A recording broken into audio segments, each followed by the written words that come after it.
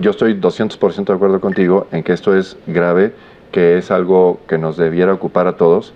Tristemente, en la narrativa pública, a nivel ciudadano, este es un tema que pasa por desapercibido, que no tiene ninguna repercusión, nada. Como es el total de la reforma del Poder Judicial. Claro.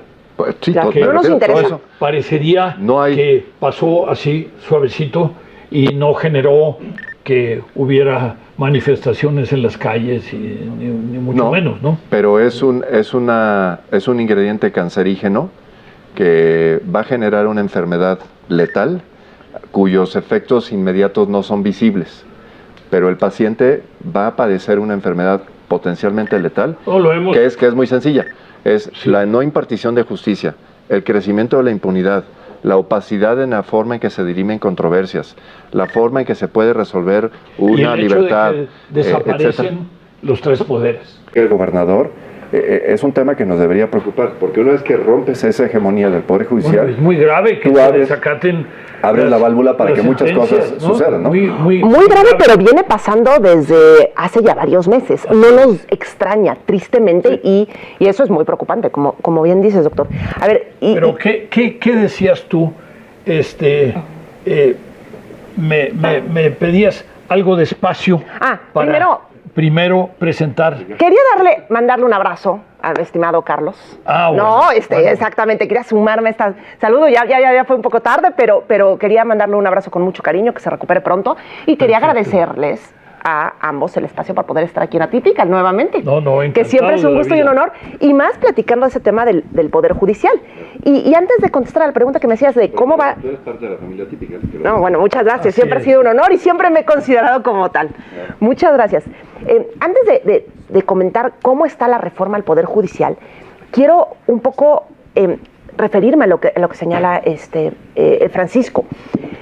Lo que está pasando ahorita en el Poder Judicial es bien delicado. La suspensión. El desacato. No, más bien, que el comité de evaluación del Poder Judicial el día de hoy diga suspendo actividades. Un comité de evaluación del Poder Judicial. Exactamente. Ya no va a continuar con el proceso para proponer candidatos. Que no va a seguir adelante con el proceso de proponer candidatos y de organizar uno de los tres comités, en este caso el del Poder Judicial. Los otros, como ha sido ya conocido... Porque hay el Poder Judicial y el Poder Legislativo y el Ejecutivo. Por esas tres vías se siguen la selección de posibles candidatos en lo que van a llegar a las boletas en junio. Este es el caso del Poder Judicial. Seguramente ahorita Mariana nos va a explicar que esto es otra parte de un desastre anunciado, porque es un poquito como si tú tuvieras una mesa de 3 patas y le quitas una de ellas. La mesa no se va a sostener con 2 comités avanzando, entre comillas, y otro que no. Y puse entre comillas lo de avanzando porque hay escándalos de personas que, incluso este lunes, en la conferencia de los juzgadores que lo hacen los lunes y los viernes, sale y da su testimonio una persona que entró a consultar la base de datos del Poder Legislativo. Nada más entró a consultar, puso su nombre y dijo, quiero averiguar de qué es. Resulta que lo incluyeron en la lista de candidatos. ¿Ah, en serio? Sí, nada más porque entró a consultar. Como el proceso es tan absurdamente ligero, superficial y descuidado, tomaron las personas que dijeron, es que esto está tan pobremente participativo, que agarre el nombre en que sea. De hecho, el último día, cuando se vencía el plazo, en un día hubo más de 20,000 inscripciones de personas que no estaban interesadas. Yo quisiera referirme a eso. Hubo un momento en que parecía, y aquí lo comentamos, que no ocurrían suficiente número de candidatos. Tan es así que, pues de repente, faltaban candidatos, pero además parecía que el proceso no se iba a llevar a cabo en virtud de que no habían suficientes candidatos. Y el último día se registraron como 20,000. 20,000, ¿no? En un día, de un sábado al domingo. Y entonces dice uno, bueno, ¿y qué pasó? ¿Qué pasó? Pero irónicamente, el comité del Poder Judicial, que fue el que más requisitos, incluyendo un examen, puso para los candidatos, es el que menos tiene. Si no me equivoco, son alrededor de 3,000 y cacho candidatos. lo cual no alcanza para tener el número necesario de presentación del Poder Judicial. Estamos ante un escenario muy complejo, pero ahora también, ¿qué pasa? La gente del Poder Judicial, la lógica nos llevaría a pensar que ellos iban a ser propuestos por el propio Poder Judicial. Si el día de hoy el comité del Poder Judicial suspende y no logra presentar candidatos, implica una afectación a la gente del Poder Judicial. Sí. Porque si mi propio poder no me apoya y si el propio Poder Judicial no va a presentar las candidaturas, la elección va a ir. Ese es el problema. En la Constitución y en la ley se establece. Va a suceder independientemente de que el Poder Judicial participe o no participe. Exactamente. Y eso va a afectar es muy grave a los miembros del Poder Judicial, sobre todo, y a los mejores. Pero nos va a afectar a los ciudadanos, Ángel, nos va a afectar a los ciudadanos porque justamente donde había una mayor vertiente de seriedad, de escrutinio, de exámenes, de experiencia, si esa vertiente, digamos, se colapsa o no avanza, pues es muy fácil saber lo que va a pasar. Los menos competentes, los más ajenos al funcionamiento de un Poder Judicial serio, son los que van a llegar eventualmente a las boletas y eventualmente a sustituir a ministros, magistrados y jueces. El resultado de eso es un desastre. O sea, de por sí es un proceso ya muy complicado, frustrante, es un proceso muy delicado. Absurdo, ¿no? Sí. Pero esta es como una raya del tigre, ¿no? Y al mismo tiempo es como una raya adicional, ¿no? Una raya adicional al tigre, ¿no? Sí, a ver, tuve el honor de venir a este espacio hace unos meses y justo les decía, bueno, a ver, un poco resignémonos a que va a haber elección. ¿Cómo hacemos que la elección sea lo mejor posible?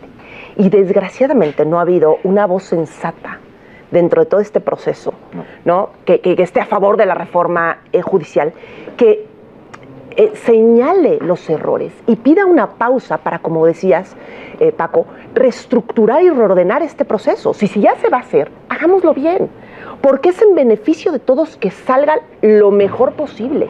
Y como se están haciendo las cosas, no es lo mejor posible.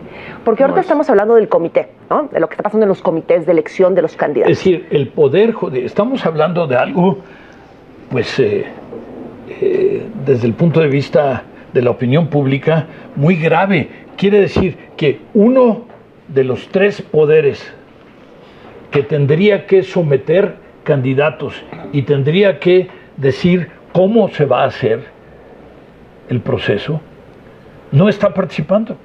Es decir, y pues nada menos que es el Poder Judicial.